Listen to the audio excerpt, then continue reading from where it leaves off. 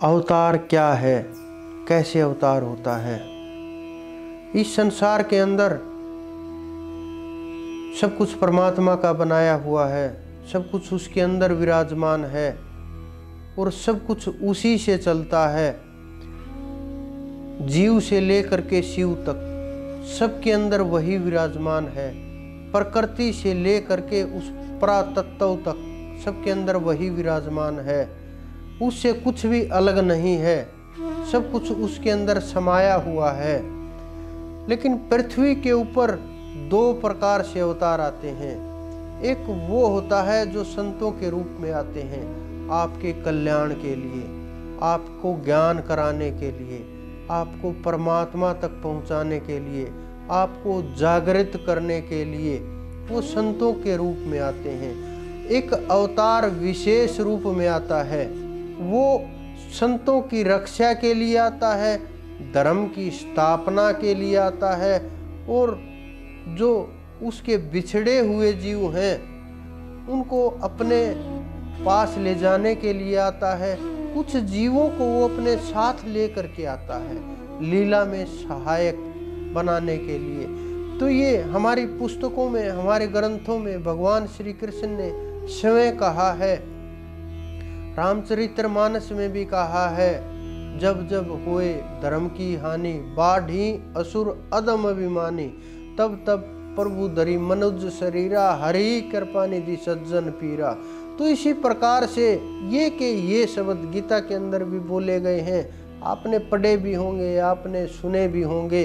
श्री कृष्ण जी ने स्वयं कहा है कि जब भी धरा के ऊपर, संतों के ऊपर मुसीबतें आएंगी, संतों के मुसीबतों को दूर करने के लिए इस संसार के अंदर आऊँगा मैं, संसार के कल्याण के लिए, रास्ता दिखाने के लिए और इस धरा के कष्ट मिटाने के लिए वो विशेष रूप में आते हैं।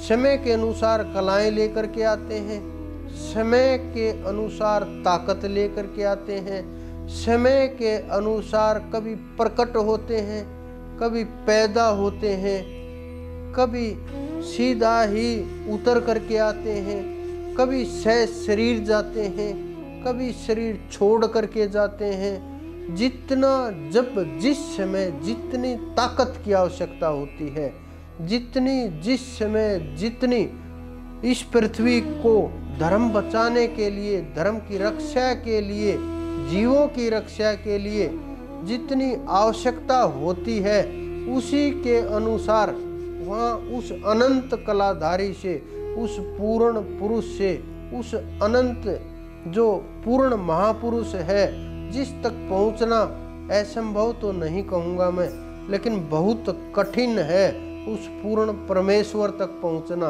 उस पूर्ण तत्व से निकल करके और अपनी सीमित सी कलाएं ले करके इस पृथ्वी के कल्याण के लिए वो अवतार इस धरा के ऊपर आए भी हैं, आते भी रहेंगे।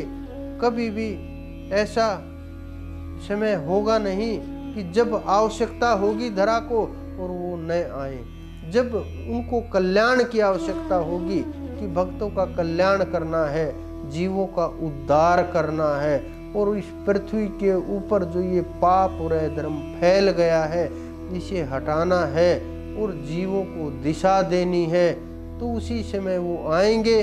जैसा भी वो चाहेंगे उसी प्रकार से अपना रूप धारण करेंगे और लीला, जिसको लीला बोलते हैं आप लोग, इस धरती के ऊपर लीला करेंगे और जितना समय बिताना होगा बिताएंगे और निकल जाएंगे।